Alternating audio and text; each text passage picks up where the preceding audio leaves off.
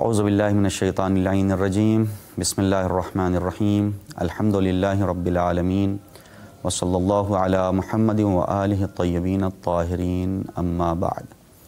ناظرین محترم، السلام علیکم ورحمۃ اللہ وبرکاتہ۔ آپ حضرات کی خدمت میں آج جس موضوع کے تحت گفتگو کرنا چاہتا ہوں وہ امام رضا علیہ السلام کی شخصیت اور آپ کی تبلیغات کے عنوان سے ہے۔ امام رضا علیہ السلام جن کی ولادت کے یہ ایام ہیں، آپ تمام حضرات کی خدمت میں خصوصاً امام عصر رضی اللہ تعالیٰ فرجہ الشریف کی خدمت میں مبارکباد عرض کرتے ہوئے امام کے کارہائے نمایاں کو عرض کرنا چاہتا ہوں۔ اس سختی کے دور میں، اس پریشانی کے دور میں جہاں پہ ہارون الرشید کی حکومت تھی، امام نے کس بہتر طریقے سے اس نظام شیعیت کو ایک جلا بخشی ہے، اور جلا بخشنے کے ساتھ امام نے کیسے ان کو ایک حیات دی ہے۔ ہارون الرشید، اگر ہم یہ سوچتے ہیں کہ وہ احمق تھا، جاہل تھا، نادان تھا، ایسا ہرگز نہیں۔ بنی عباس کے بہت سے ایسے بادشاہ تھے جو دنیاوی اعتبار سے اچھے خاصے پڑھے لکھے تھے اور ماہر سیاستدان تھے۔ ہارون الرشید کے دور میں جب امام کاظم کا زمانہ تھا، جو سختیاں ہوئیں وہ سختیاں امام کاظم برداشت کرتے ہوئے دنیا سے گئے، اور ہارون نے جس خلف یا کہیں ناخلف کو چھوڑا جس کا نام مامون الرشید تھا، یہ مامون ہارون سے زیادہ پڑھا لکھا دنیاوی اور دینی اعتبار سے بھی تھا۔ اس کے دربار میں بیان یہی ہوتا ہے کہ ہر فرقے کے علماء لائے جاتے تھے اور بیٹھے رہتے تھے۔ مامون کی جب حکومت آئی اور دور امام رضا آیا تو مامون نے امام رضا کے لیے اپنے اعتبار سے جال بچھانا شروع کیا۔ اس نے یہ سوچا کہ ہماری سیاست ایسی ہے کہ ہم خدا نخواستہ نعوذ باللہ امام رضا کو اپنی سیاست میں الجھا دیں گے، اور اسی سیاست کے تحت اس نے امام رضا کو مدینے سے طوس بلایا اور ولایت عہدی دی۔ ولایت عہدی کیوں دی گئی؟ دیکھیں، میں کربلا میں ہوں، یہ سرزمین انقلاب کی زمین ہے۔ خون امام حسین نے وہ انقلاب ایجاد کیا تھا کہ جس کا اثر یعنی 61 ہجری شہادت امام حسین، امام رضا کا دور جو چل رہا ہے وہ 2 صدی ہجری کا آخری دور، یہ تقریباً 125 سال کے عرصہ گزر چکا ہے، لیکن اس کے باوجود جگہ جگہ سے انقلاب اٹھ رہا تھا، جگہ جگہ سے بنی عباس کے خلاف قیام ہو رہا تھا۔ اس قیام کو، علویون کے قیام کو اور ان افراد کے قیام کو ختم کرنے کے لیے اس نے یہ سوچا کہ امام کو ولایت عہدی دے دی جائے، اور ولایت عہدی دینے کے نتیجے میں یہ ہوگا کہ یہ علویون یہ خاموش ہو جائیں گے اور پھر یہ قیام نہیں کریں گے۔ اپنے اعتبار سے اس نے بالکل مجبور کر دیا اور امام کو بلا کے یہ پیغام دے دیا، آپ کو قبول کرنا ہی ہوگا۔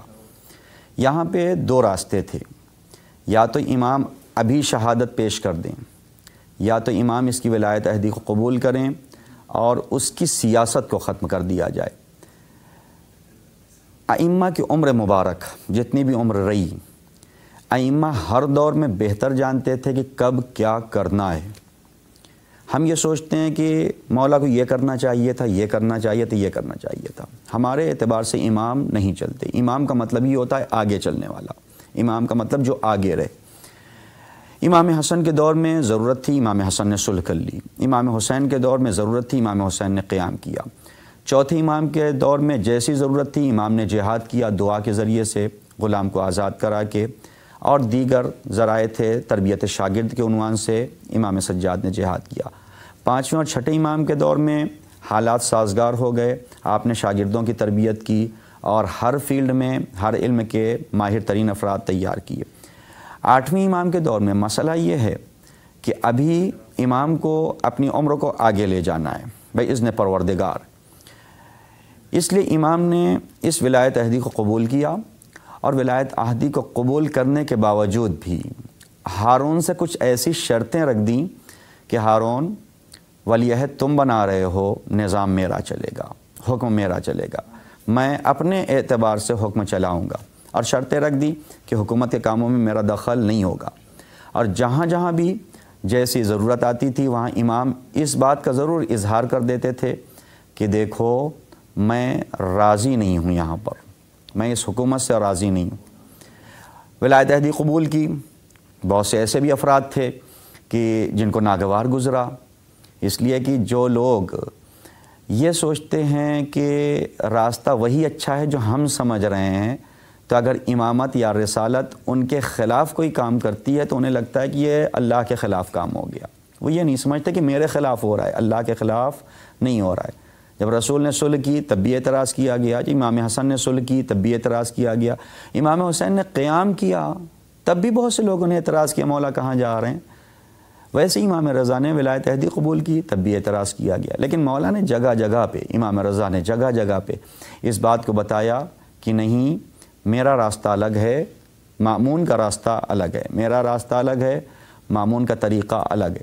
اور اسی سلسلے میں ایک داستان بھی عرض ہوتی ہے کہ دو افراد ایک ہی بستی سے چل کے امام کے پاس آئے، ایک ہی جگہ سے اٹھے، ایک سفر طے کیا، امام کی بارگاہ میں تو اس میں آ گئے۔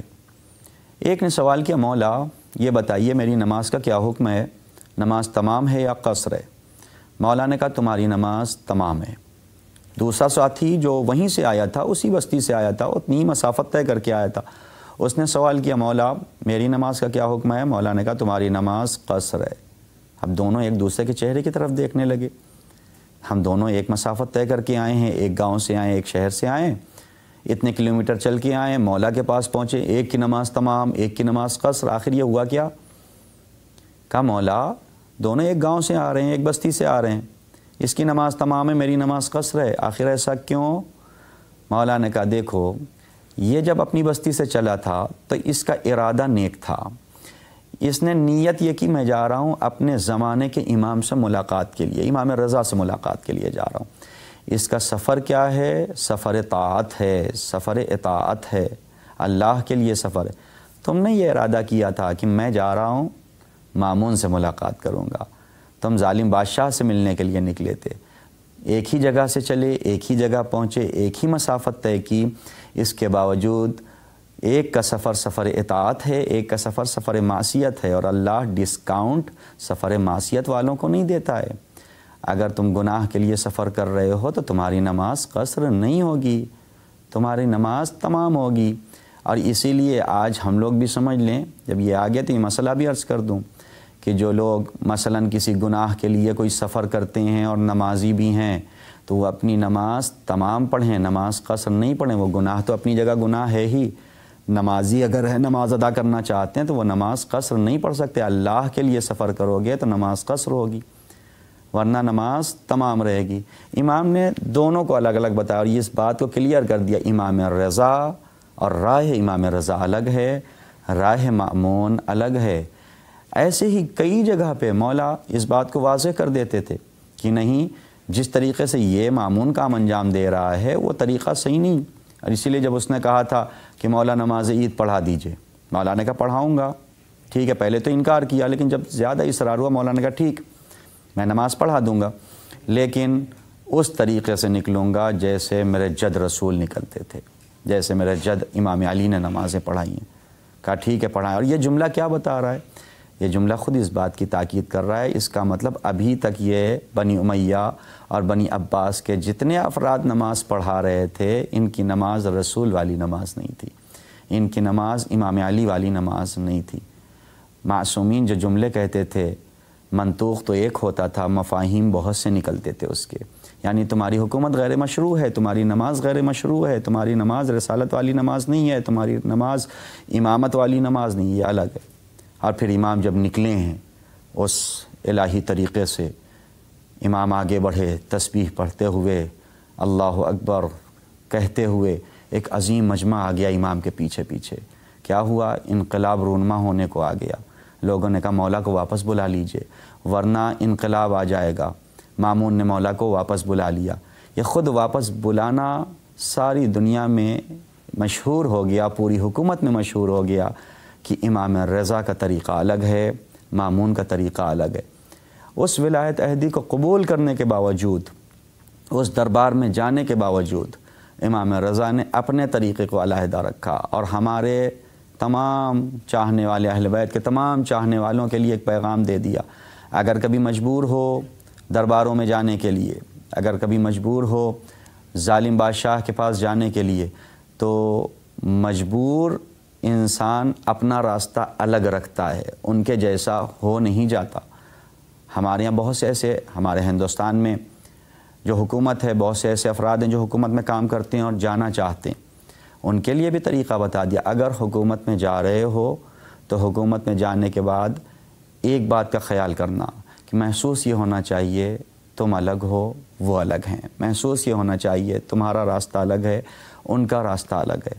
ایسا دکھائی دینا چاہیے کہ اس جگہ پہ رہنے کے باوجود تم علی کے چاہنے والے ہو، تم امام رضا کے چاہنے والے ہو، ہم امام رضا کے چاہنے والے۔ اور اسی لیے جب علی ابن یقطین نے اجازت بھی مانگی تھی تو اسی شرط پہ اجازت دی گئی تھی کہ اس دربار میں اس شرط کے ساتھ کام کر سکتے ہو کہ نیت یہ رہے کہ ہمارے چاہنے والوں کی مدد کرو گے، نیت یہ رہے کہ ہمارے چاہنے والوں کے کام آؤ گے۔